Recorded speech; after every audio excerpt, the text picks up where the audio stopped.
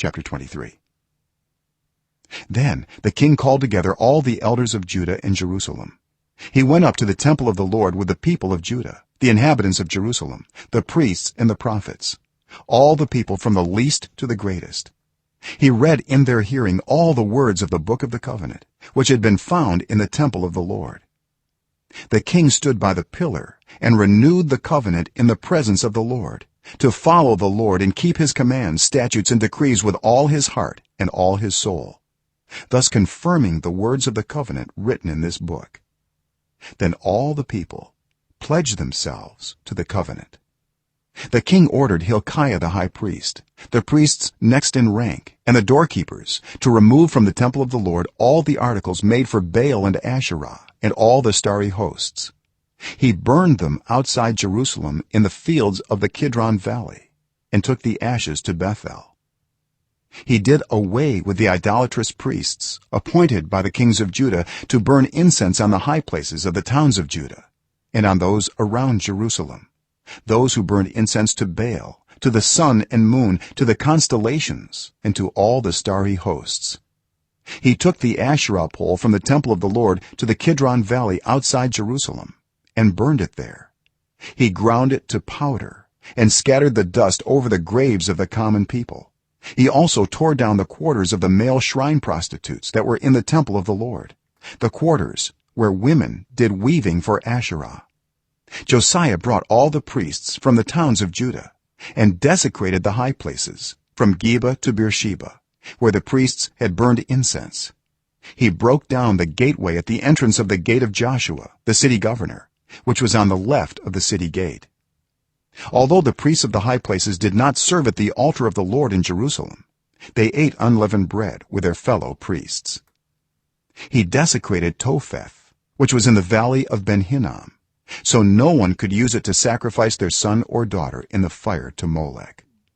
He removed from the entrance to the temple of the Lord the horses that the kings of Judah had dedicated to the sun.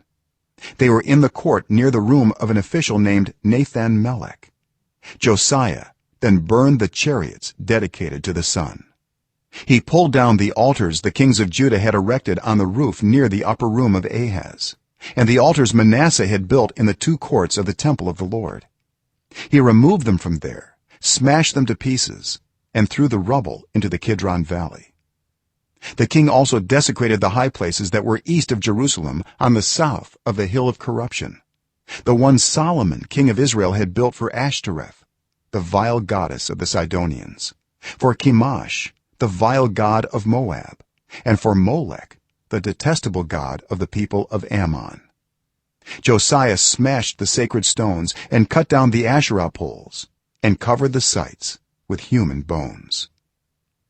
Even the altar at Bethel, the high place made by Jeroboam son of Nebat, who had caused Israel to sin, even that altar and high place he demolished. He burned the high place and ground it to powder, and burned the Asherah pole also. Then Josiah looked around, and when he saw the tombs that were there on the hillside, he had the bones removed from them and burned on the altar to defile it, in accordance with the word of the Lord proclaimed by the man of God who foretold these things. The king asked, "What is that tombstone I see?" The people of the city said, "It marks the tomb of the man of God who came from Judah and pronounced against the altar of Bethel the very things you have done to it." "Leave it alone," he said. "Don't let anyone disturb his bones." So they spared his bones and those of the prophet who had come from Samaria. Just as he had done at Bethel, Josiah removed all the shrines at the high places that the kings of Israel had built in the towns of Samaria and that had aroused the Lord's anger. Josiah slaughtered all the priests of those high places on the altars and burned human bones on them. Then he went back to Jerusalem. The king gave this order to all the people: "Celebrate the Passover to the Lord your God, as it is written in this book of the covenant."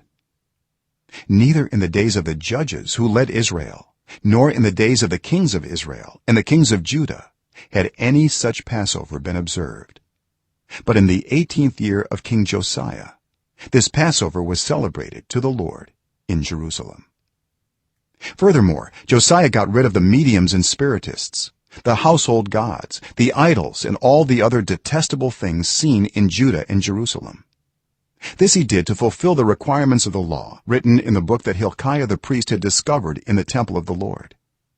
Neither before nor after Josiah was there a king like him who turned to the Lord as he did, with all his heart and with all his soul and with all his strength, in accordance with all the law of Moses. Nevertheless, the Lord did not turn away from the heat of his fierce anger, which burned against Judah because of all that Manasseh had done to arouse his anger. So the Lord said, I will remove Judah also from my presence as I removed Israel, and I will reject Jerusalem, the city I chose, and this temple, about which I said, my name shall be there. As for the other events of Josiah's reign and all he did, are they not written in the book of the annals of the kings of Judah? While Josiah was king, Pharaoh Necho, king of Egypt, went up to the Euphrates River to help the king of Assyria. King Josiah marched out to meet him in battle, but Necho faced him and killed him at Megiddo. Josiah's servants brought his body in a chariot from Megiddo to Jerusalem and buried him in his own tomb. And the people of the land took Jehoahaz, son of Josiah, and anointed him and made him king in place of his father. Jehoahaz was 23 years old when he became king, and he reigned in Jerusalem 3 months. His mother's name was Hamutal, daughter of Jeremiah. She was from Libnah. He did evil in the eyes of the Lord, just as his predecessors had done. Pharaoh Necho put him in chains at Riblah in the land of Hamath, so that he might not reign in Jerusalem, and he imposed on Judah a levy of 100 talents of silver and a talent of gold. Pharaoh Necho made Eliakim, son of Josiah, king in place of his father Josiah, and changed Eliakim's name to Jehoiakim. But he took Jehoahaz and carried him off to Egypt, and there he died. Jehoiakim paid Pharaoh Necho the silver and gold he demanded. In order to do so, he taxed the land and exacted the silver and gold from the people of the land according to their assessments.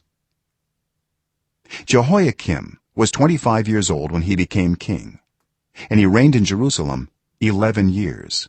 His mother's name was Zebidah, daughter of Pedaiah. She was from Rumah.